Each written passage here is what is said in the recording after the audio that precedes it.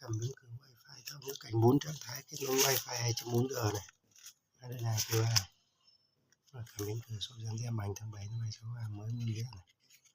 Ở đây lắp pin vô này. Lắp pin này có thông wifi này. Hộp này.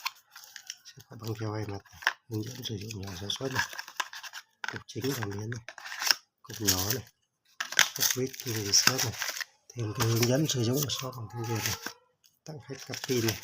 Wifi đo Windows sensor này. Cho rồi. Chèn cái miếng giấy cho nó đỡ lọc cọc có thể vận chuyển này. Dán keo đấy. Dán mã đây này.